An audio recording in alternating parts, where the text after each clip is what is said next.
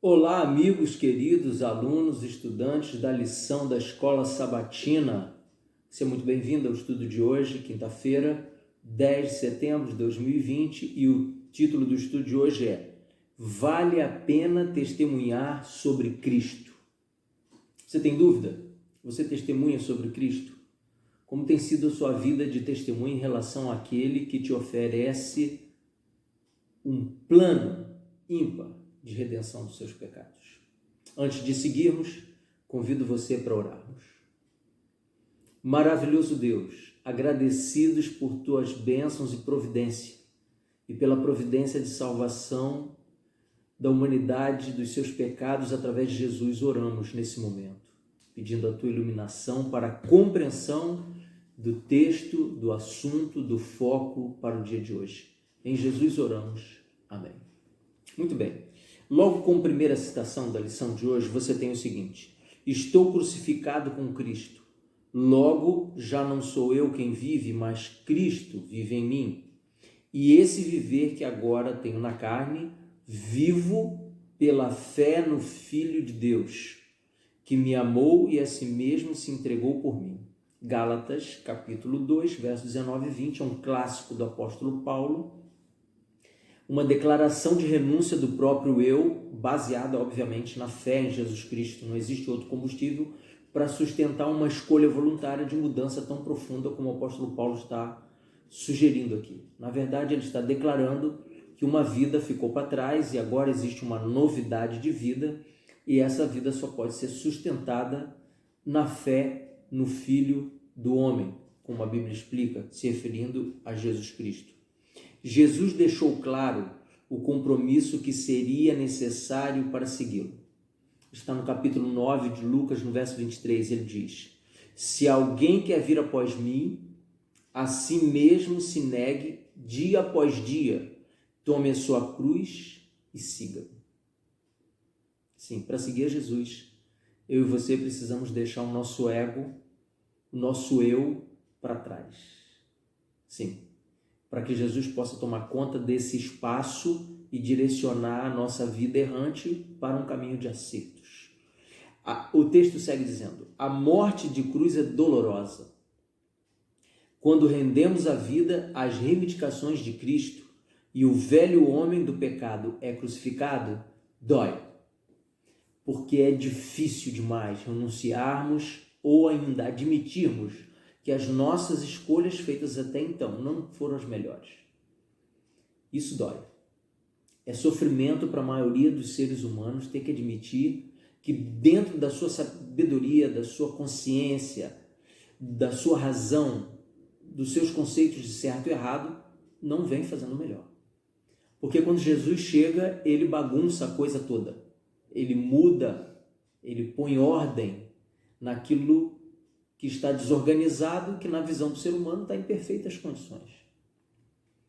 Nós temos uma mudança de rumo, uma mudança de prumo, uma mudança de visão pela vida. Muitos textos estão na Bíblia que já lemos em várias situações da vida. Quando Jesus se aproxima de nós e nos dá o Espírito Santo, nós começamos a ler esses textos que já lemos anteriormente e compreendê-los de uma forma diferente. Aí começa a grande mudança. Uma compreensão melhor de quem é Deus, Filho, Espírito Santo e a vontade de Deus para cada um de nós individualmente como pessoa aqui na Terra. Às vezes é doloroso desistir de desejos acariciados e hábitos duradouros, mas as recompensas superam muito a dor. É preciso crer, colocar os pés no Rio Jordão e avançar, acreditando que as indicações e as orientações de Jesus Cristo através do Espírito Santo são melhores. Deve-se levar aí uma grande dose de fé e uma gigantesca dose de humildade para permitir que dicas que já nos foram apresentadas anteriormente, foram rejeitadas na nossa plena sabedoria humana, agora são de fato as melhores. O texto segue ensinando assim. Achei esse trecho aqui da lição muito importante. Testemunhos poderosos que têm um impacto transformador na vida das pessoas e se concentram no que Cristo fez por nós, não no que temos abandonado por Ele. Eles focalizam seu sacrifício não nossos alegados sacrifícios. Dá para você compreender isso aqui? Um testemunho poderoso não é aquele onde nós ficamos chamando atenção para o que nós fizemos por Jesus, ou em consequência da chegada de Jesus na nossa vida. Mas o testemunho poderoso é aquele que foca a figura de Jesus Cristo como a sede da transformação do ser humano. O texto segue dizendo: pois Cristo nunca pede que abandonemos algo que seria para o nosso bem-estar. Então, se Deus está pedindo para você e para mim abandonarmos determinados hábitos, vocabulários, costumes, vestuários, locais que frequentamos, é porque Ele entende que é melhor para nós. E Jesus Cristo é sábio muito infinitas vezes mais do que nós. Então, cabe aqui uma dose de fé, se Ele está nos dizendo para segui-lo, e humildade para reconhecer que as nossas escolhas até então não foram ideais. No entanto, segue o texto, a história do cristianismo está repleta de episódios de pessoas que tiveram que fazer tremendos sacrifícios por causa de Cristo. Isso é verdade. Pessoas que abandonaram família, que foram martirizados, que foram açoitados, chicoteados, foram encarcerados, foram espancados, foram apedrejados, enfim, uma série de outras situações, perderam o contato com a sua família original por causa do Evangelho. Mas nada disso se compara ao sacrifício doloroso de Jesus Cristo na cruz por toda a humanidade, tendo inclusive Cristo a consciência de que muitos não aceitariam. Será que eu e você faríamos algum sacrifício, tendo a segura informação de que alguém do outro lado não valorizaria o nosso sacrifício? Será que nós faríamos? Será que amamos tanto? Pois é, o Jesus amou a esse ponto a cada um de nós. Aqui há um contexto que eu chamo a sua atenção para o estudo de hoje, diz assim: não que essas pessoas estivessem ganhando a salvação em relação a essas que fizeram um grande sacrifício no texto bíblico, tá certo? Nem que seus atos não importam o quanto fossem abnegados e sacrificais, dessem-lhes mérito diante de Deus. Ou seja, houve realmente o sacrifício de personagens bíblicos, sacrifícios grandiosos por causa de Jesus? Sim. Mas isso não lhes deu crédito ao céu. É mais uma vez uma história repetida. É uma receita que você já leu. Essas pessoas foram ao ponto que foram no testemunho a favor de Jesus Cristo, não para alcançar o favor de Jesus Cristo. É o contrário. Elas foram onde foram porque já haviam recebido o benefício de Jesus Cristo, a redenção, a promessa de vida eterna. Elas creram nisso, tiveram fé suficiente. Elas se humilharam diante de Jesus e admitiram que o estilo de vida que levaram até encontrá-lo não era o ideal. E aí, em resposta à oferta de redenção de Jesus, em gratidão, entregaram as suas vidas ao controle de Jesus Cristo e trabalharam de forma extraordinária. E o nome dessas pessoas está registrado na palavra de Deus para o nosso incentivo hoje. Para seguirmos o incentivo e o apelo que elas deixaram no seu viver diário. Aqui segue o texto dizendo: em vez disso, ou seja, de viverem dessa forma para conseguir o favor de Jesus Cristo, veja o que o texto fala. Em vez disso, na maioria dos casos, ao perceberem o que Cristo fizera por eles, esses homens e mulheres se dispuseram a colocar tudo no altar do sacrifício, de acordo com o chamado de Deus para a sua vida. Então, será que eu e você temos essa coragem? Pode ser o seguinte exercício: orar a Deus pedindo qualquer coisa que você quiser pedir. Cura, viagem, dinheiro, riqueza, projetos pessoais bem-sucedidos, carreira, curso superior, intercâmbio de inglês, qualquer coisa você pode pedir. Você deve pedir a Deus, você deve almejar crescer nessa terra. Isso não é pecado em momento algum. Mas a nossa oração ela deve encerrar com as seguintes palavras: Senhor, seja feita na minha vida a tua vontade. Tem que ter coragem para orar assim. Porque da boca para fora é fácil, mas vindo do coração é um exercício difícil. Não é um exercício fácil dizer para Jesus que vai concordar com o resultado que ele enviar para o pedido encarecido da oração. Não é fácil dizer para Jesus, de coração sincero, que vai aceitar, entender e compreender e seguir as orientações dele, mesmo que sejam diferentes daquela que nós desejamos. Não é fácil. Precisa haver entrega, precisa haver redenção, precisa haver reconhecimento de que as orientações de Jesus são as melhores para nós na nossa vida do que aquelas que nós pensamos que são. Aqui abaixo da pergunta 7, existe aqui um exercício para a gente listar os dons de sua graça, não é? Em 4 passagens da Bíblia. Eu vou começar pulando o texto número 1, que é João 1,12. Eu vou para João 10,10 e depois seguindo, porque eu quero ler com você na Bíblia esse texto para amadurecermos o pensamento. Tá? No texto 2, João 10,10, ele nos deixou o seguinte: vida e vida com abundância. É o que Jesus diz lá em João 10, no verso 10, que ele veio trazer a vida e trazer a vida com abundância. Isso é um dom de Deus para nós. A figura de Jesus Cristo na terra é garantia de que temos vida eterna. No texto 3, João 14, verso 27, o que ele nos deixa é a sua paz. A gente precisa aprender um pouquinho estudando a Bíblia aqui e lá, não é? A paz, desejar a paz de Deus para outras pessoas era um hábito dos judeus. Eu não sei se você sabia disso.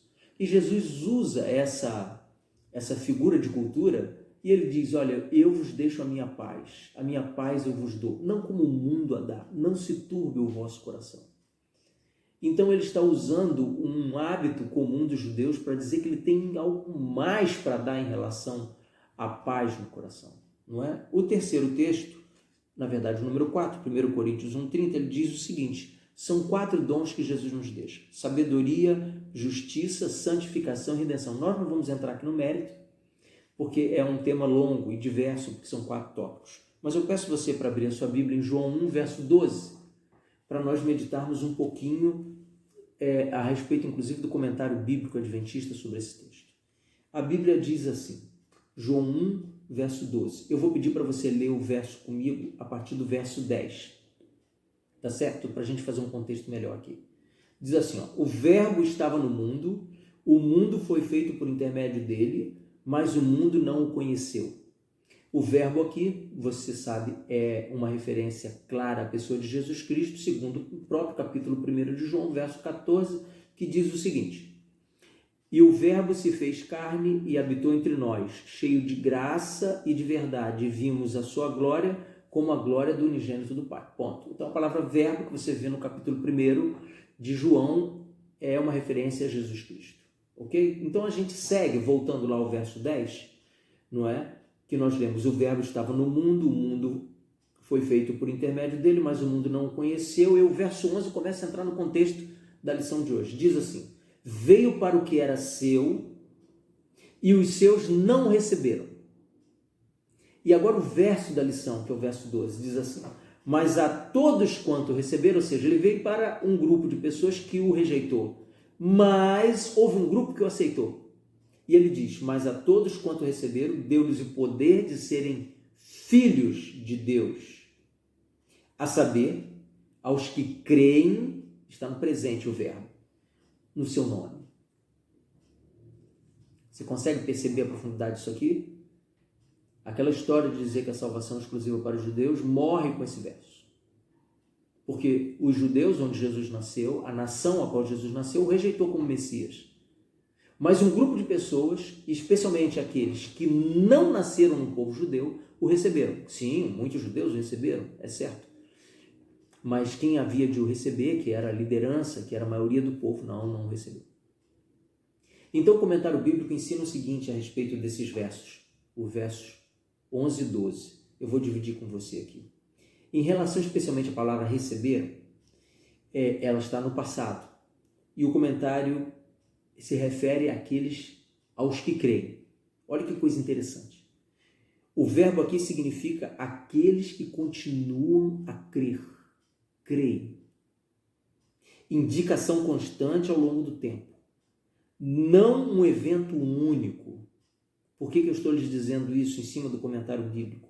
Em um momento específico. Não é um crer que ficou no passado, um momento único, histórico, perene, com validade de prazo de validade indeterminado. Aqui diz o seguinte, olha: portanto, em nenhum sentido apoia a ideia de que uma vez salvo para sempre. O ato de crer em Jesus e na sua proposta de salvação, ele é perene, ele é diário, ele é constante, ele se renova a cada manhã. Essa história de uma vez salvo, salvo para sempre, não tem apoio bíblico, não a partir desse texto. Mas o Senhor Jesus entregou a redenção para aqueles que o receberam. E se eu recebo Jesus hoje, amanhã e depois de amanhã, e o recebi durante todos os dias da minha vida, eu sou candidato à redenção de Jesus Cristo, como a Bíblia ensina. E você, da mesma forma. Eu quero encerrar o estudo de hoje deixando com você o seguinte pensamento. Medite sobre quanto Jesus tem sido bom para você e sobre o propósito, a paz e a felicidade que Ele tem lhe dado. Pense também nos momentos em que Ele lhe deu forças para passar por experiências difíceis. Sim, Jesus Cristo não nos deixa à deriva. Ele sabe que a luta é difícil, é grandiosa. E Ele oferece o seu amor, a sua companhia, a sua proteção e a certeza de redenção no seu sacrifício na cruz do Calvário. Vou encerrando hoje. Feliz porque você esteve aqui comigo, esperando você vir amanhã para um novo estudo da palavra profética. Deus te abençoe. Fica na paz de Jesus. Amém.